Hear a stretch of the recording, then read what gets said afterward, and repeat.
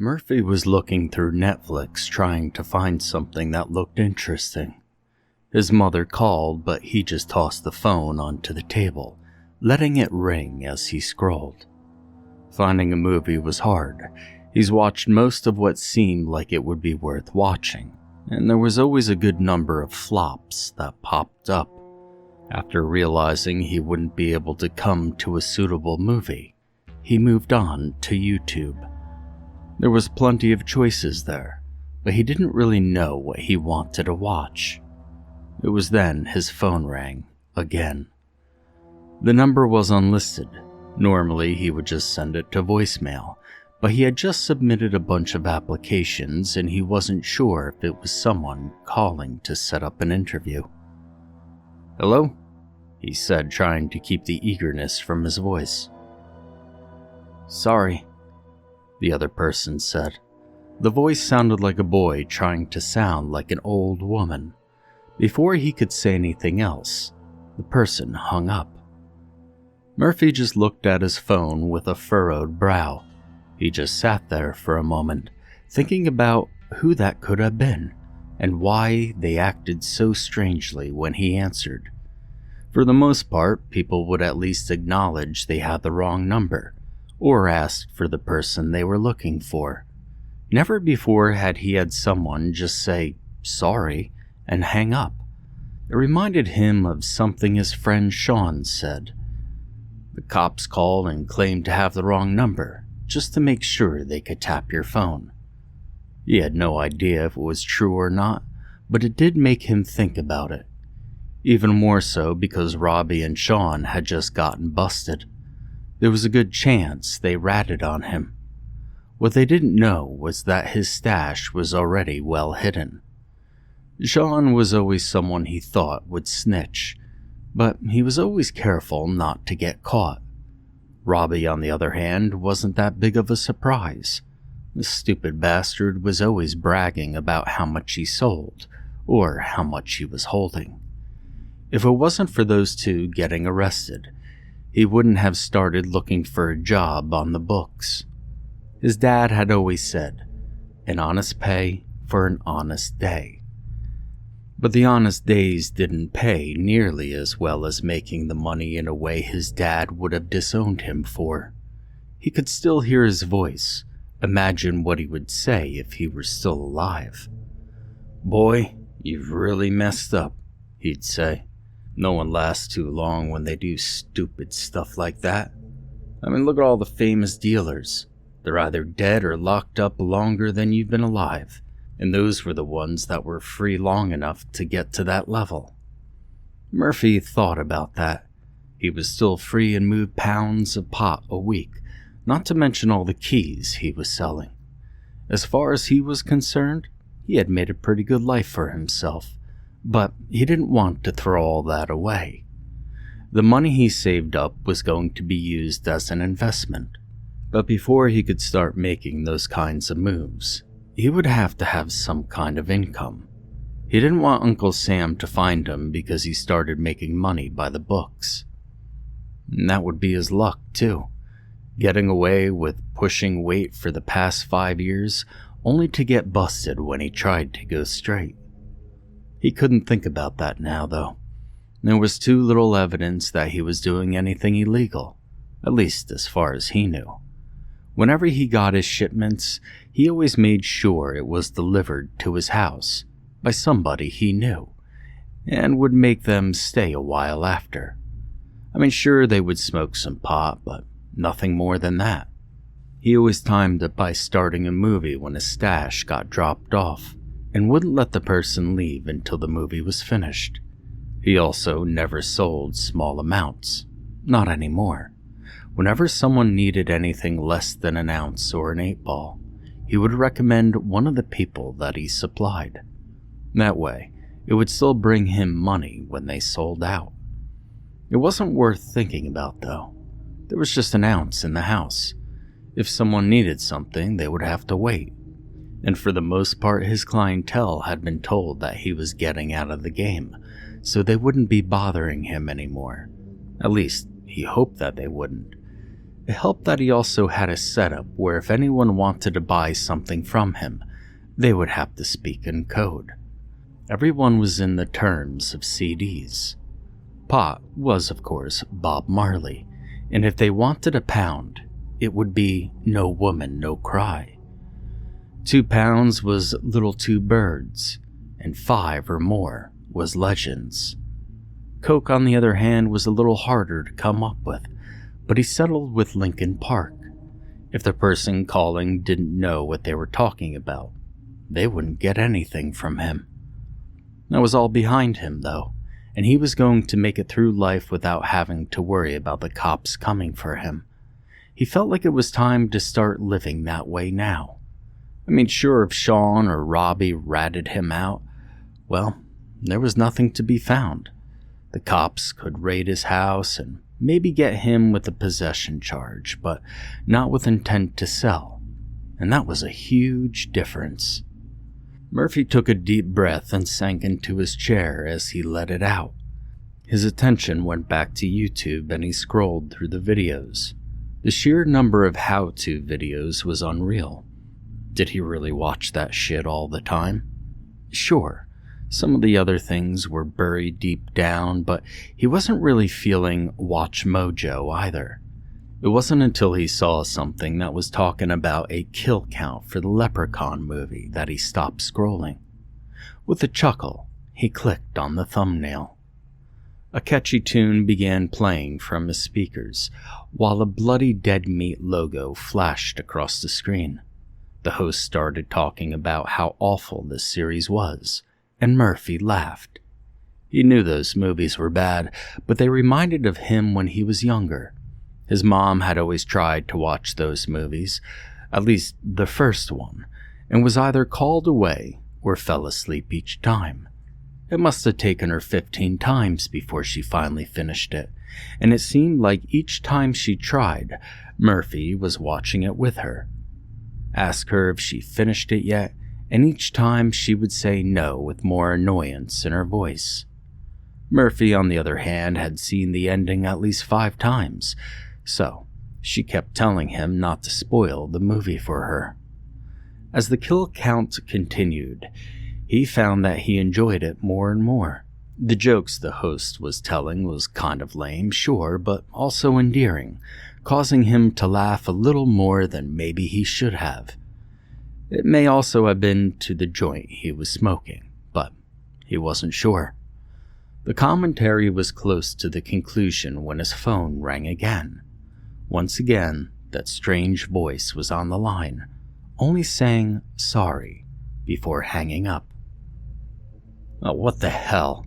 Murphy said, tossing his phone on the table. He shook his head and went back to watching his show. But still, while he was enjoying the show, he couldn't get that voice out of his head. It wasn't as bad as if it was saying something more than sorry, but just how surreal it sounded unnerved him. Luckily, he was able to forget about it after the full effects of the joint had settled in. His mind had become a blank. He couldn't even focus on the show, despite his eyes being glued to the screen. It wasn't until his stomach pulled him from his catatonic state that he was able to think. Food was all he could focus on. In his kitchen, he got a couple of Hot Pockets and tossed them in the microwave. As he pushed the Quick Cook 4, a knock came from the door, and with a quick look, he waited for a second knock. Everyone knew that if they wanted to come to his house, they would have to call first. Sticking a knife into his belt as he walked to the door, he was getting himself pumped for anything. "Yeah, who's there?" Murphy called as he got closer. There was no answer. He peeked through the peephole. The hallway appeared empty. Clutching the knife handle, he cracked the door as far as the chain would allow. But the hall was empty. "Hello?" he said. Apprehension smothered his voice, but still no answer. He closed the door again, making sure to engage the deadbolt, and headed back for the kitchen. After about 3 steps, another set of knocks rapped, knocked the door. This time they were much stronger, almost as if the visitor was trying to punch through the door. Turning on his heels, he rushed to it. The knocks were still coming when he reached the peephole. The hall was still empty, but that was it for him. He tossed the knife on his couch, went to his room, and retrieved his gun. The knocking continued as he walked back to the front door. It finally stopped as he unlatched the deadbolt. He threw open the chain and the door with his gun at the ready. He pivoted from side to side, leading with his gun. The hall was empty. "What the hell you want?" Murphy shouted. His voice echoed down the hall. Someone opened their door and peered at Murphy. When he heard the door open, he slipped his pistol into his waistband, his shirt falling over the handle as the woman peeked out of the door. "Is everything okay?" she asked. Murphy lifted his hand unenthusiastically. The woman went back to her apartment, scowling. "What the?" he said, turning to go back inside. In sharp lettering, "Sorry" was scratched into the door. Murphy ran back into his apartment, locked the door, deadbolt, and threw on the chain. He returned to the couch as James A. Janessi was doing his best in reference to a character from the Pet Sematary movie. With a trembling hand, he started to roll another joint, not even paying attention to the TV. His high had vanished along with the phantom knocker. However, facing this sober wasn't something he intended to do. When his dad had been diagnosed with cancer, Murphy was only in his early teens. He wasn't ready to see a person that had always been active live out the last few months of his life confined to a bed. It was too much for him to take, so he found different ways to avoid going home. In his attempt to keep his memory of his dad as something larger than he was, he began smoking pot. Sure, he had smoked a few times before, but this was the point where he started smoking every day. It was his girlfriend at the time who always supplied him with his weed. After about a month, he moved on to stronger things: coke, pills, X, and heroin. To support his habits, he started selling anything he could get his hands on, and he found that it was easy money. It wasn't until one of the crackheads he was selling to found where he lived that he decided to just stick to pot and coke. The addict started coming to his house without permission, and finally he ended up trying to rob Murphy. The crackhead snuck into the house while Murphy was out making a sale. Upon returning, Murphy found broken glass scattered across his kitchen. As he was looking for what caused the broken window, the intruder hit him in the back of the head. The hit was enough to drop him to the knees, but the second hit knocked him out. When he came to, he was tied to a chair. The addict was standing in front of him, asking him where he kept his crack. Despite his vision being blurry, Murphy was able to see that his house was in shambles. All the contents of the cabinets were thrown across the kitchen. Chairs were overturned, and it appeared that there were clothing strewed across the living room floor. He looked around to see that the intruder was one of the tweakers that Sean introduced him to. With a knife held to his throat, he didn't have much of a choice, and told the man that his stash was hidden in a removable panel behind the toilet. The intruder rushed from the room, squealed with glee when he found the stash, and rushed out. It took Murphy about a couple of hours to get out of the knots. Once he surveyed the house. Every room had been ransacked.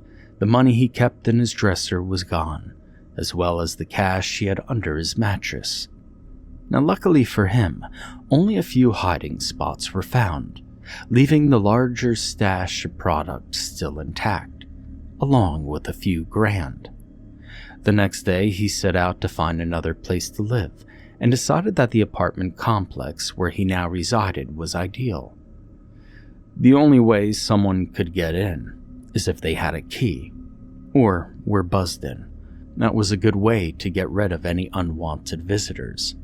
Furthermore, he was able to control who came in. It seemed ideal, besides all the cameras, which could have posed a problem for his business.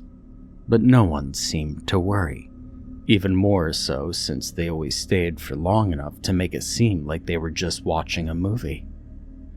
No one had ever bothered him at his new place, and the few people that he did allow in were well known to him.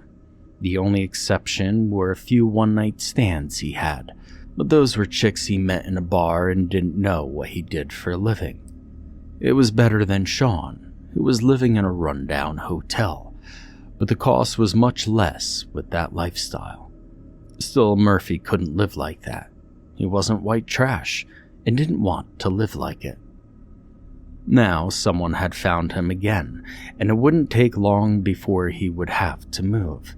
In the morning, he would ask to have the security cameras looked at, but for now, he just wanted to figure out how some junkie had found him. Finally, he got his joint rolled, lit it, and relaxed into his couch with his gun on his lap. There was no way he was going to let that get too far out of reach. Not tonight. Tonight he was on guard, and that wasn't going to change until he was certain that his harasser was done with their game.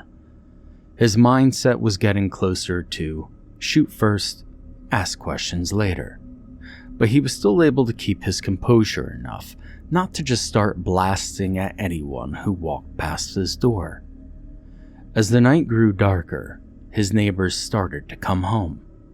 The couple next door were great for strange conversations. Some nights, it would cause Murphy to laugh as their voices drifted through the thin walls. Tonight he was hoping for something that would cause him to laugh. "I thought you'd like to use this," the woman said. Murphy muted the TV and listened to his neighbors. The sound of bed springs squeaking and headboard banging against the wall. The woman was saying something, but Murphy couldn't understand most of it. Until "sorry" began being said over and over. Each time her voice seemed to become distorted, sounding more like the woman on the phone. Murphy jumped from the couch, taking the TV off of mute. Still, the voice came through the wall loud and clear. It didn't matter how loud the TV was. The neighbor's voice drifted through the wall like silk. He covered his ears, but still that didn't do anything to drown out the sound. Finally, he couldn't have taken it anymore.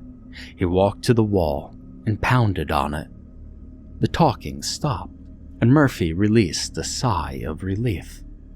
He turned the TV down and sat back on the couch.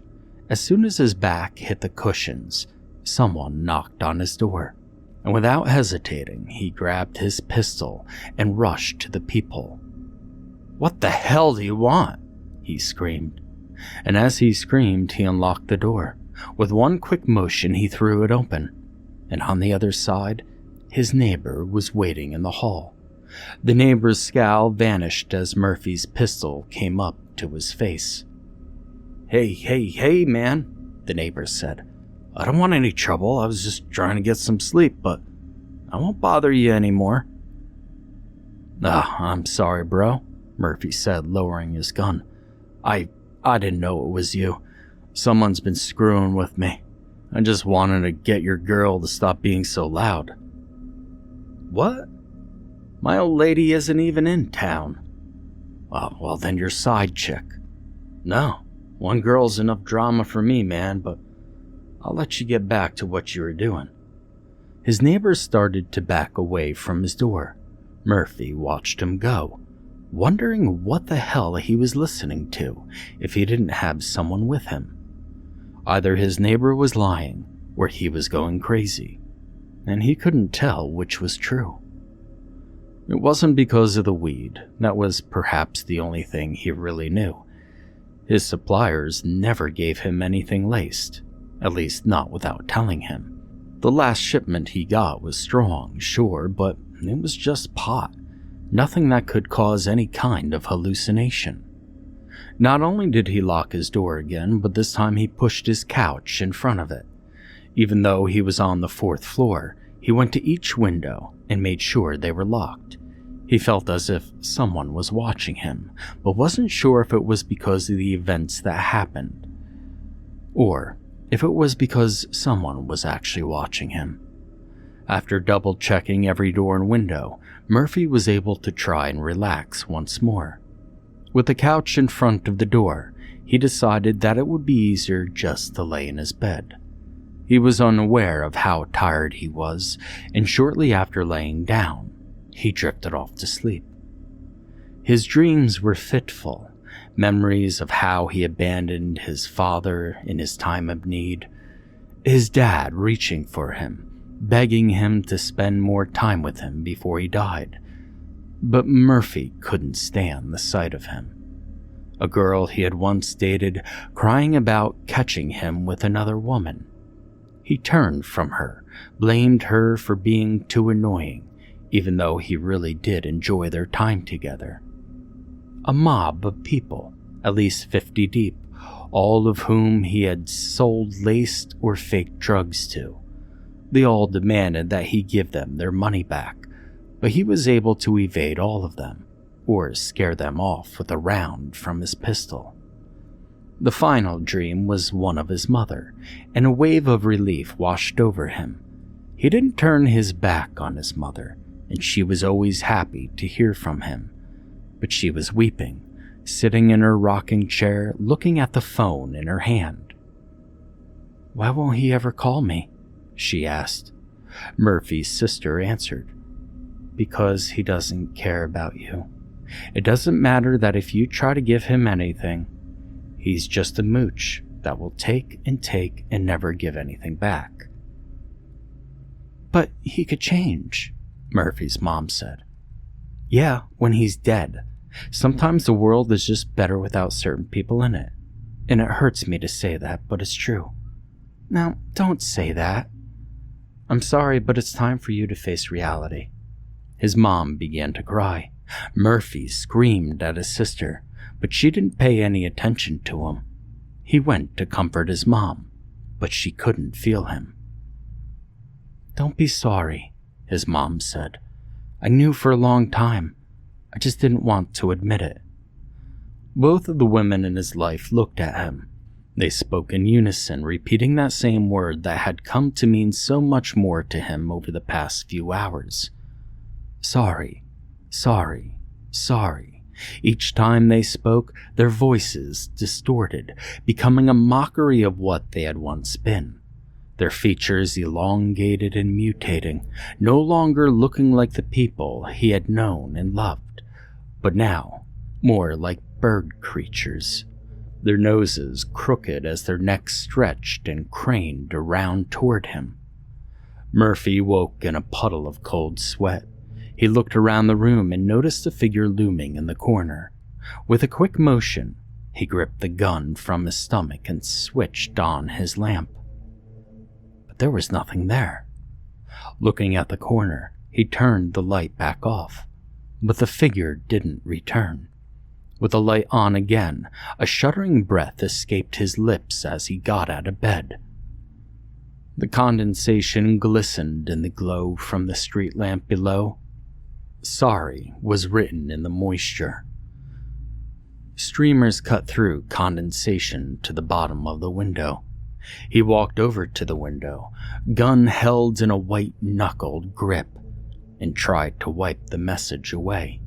With a gasp, he stumbled back to bed. The message was written on the outside of the glass. "Sorry," that strange voice said again. Murphy spun on his heels, aimed toward where the voice came from, and pulled the trigger. The hammer clicked. He tried again and again, but each time the hammer just clicked. A humanoid creature stood in the corner of his room. It appeared to be wearing a dark, flowing cloak, but upon closer inspection it was a conglomeration of hair and feathers. The thing's neck arched like a vulture's, ending with a human face adorned with a serrated beak. "You've lived a sorry existence," the creature said. "You've always run from everything and anything, even if there was nothing to run from. Abandoned those that cared about you, and those you should care about. Ruined the lives of countless others, and you cower when someone comes to make you responsible for your actions." Murphy looked into the chamber of his gun. It was empty, the magazine missing. Clicking its beak, the monstrosity lifted the magazine in a wing that ended with a human hand. "What the hell are you?" Murphy asked. It gave a guttural chuckle. "I'm a cleanser." "What?" Murphy looked on in a stupor. "You don't really understand, do you?" The creature craned its neck in an obscene way. "Well, let me put it to you like this. I clean the world from filth. I clean the carrion from the dredges of humanity, so those who at least try can get a better world to live in. The error of human emotion, greed, and selfishness are taken into consideration when I choose who to stalk. And once I find a person who is worth my time, I watch, I wait, and I observe.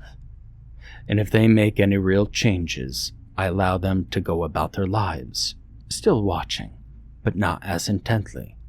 However, those who don't, well, I pay them a visit. I've been changing my ways. I even started looking for a new job, a real job." "Too little, too late. If I come to visit you, it's because the changes you've made aren't worth a damn. Why have you decided to change the way you live your life? Is it because you're worried you'll be incarcerated, or because you've realized the error in your ways?" "I've noticed the error of my ways, I swear it." Murphy fell to his knees, bleeding with the creature. Once again, it gave that disgusting laugh. "Don't lie to me. And you haven't even tried to mend the wounds you've caused. I showed you some as you slept, but you ran from those again. If you had waken up, had the intention to call any of those people, I would have given you more time, but you didn't, and you were going to smoke another joint. You were going to try and sell some more drugs. And once you weren't worried about being watched, you'd go back to living that same selfish life you've lived. You only care about yourself, with no pity for any of those you have hurt." "That's not true." Tears were running down his face now. "What happened to the man who stole from you a few years ago?" Murphy thought about that junkie that stole his stash, thought about how he had picked him up off the street and taken to an abandoned building. Him and 3 other people spent hours beating him with chains, pipes, and finally branded his back to send a message. The brand read, "Thief." He didn't want to acknowledge that he did that, but the buzzard was already telling him about it. He stole those drugs to sell them so his girlfriend could get into rehab. They found out she was pregnant and wanted to clean their lives. He died 3 days later from internal bleeding. What about your father when he was dying? He just wanted to spend time with you. His dying breath was asking for you, but you were running from him, laying in a den with a needle sticking out of your arm. Your mother worries about you every day. Hell, when was the last time you actually spoke with her? Murphy ran and kicked through the door, but when he got on the other side of the threshold, he was back in the same room. Glancing behind him, he saw that the door was rebuilt, as if he didn't even touch it. "What the hell?" Murphy said to himself. "Listen, Murphy, there's nowhere for you to go," the creature said. "You'll stay here forever, never aging, never dying, and you'll be forced to live through all the darkness in your life, no longer able to run from it. Once you've been able to confront the choices that you've made, you'll experience everything that could have happened to you, the good and the bad. You'll be a spectator to everything that was, is, and could have been. And maybe then you'll understand the depth of running from your problems, but never able to change them, never able to forget, and always filled with regret. With a click of its beak, the creature vanished. The room melted to the living room in his childhood house. A hospital bed was resting in the corner, his dad's withered frame poking up under the blanket. His chapped white lips moving, croaking out the desire to see Murphy before he died. A tear rolled down Murphy's cheek. He turned his back, but the bed was in front of him again. Closing his eyes didn't seem to help either. The bed was just as clear with his eyes closed. Murphy fell to his knees, crying, and his dad cried for him to come and see him.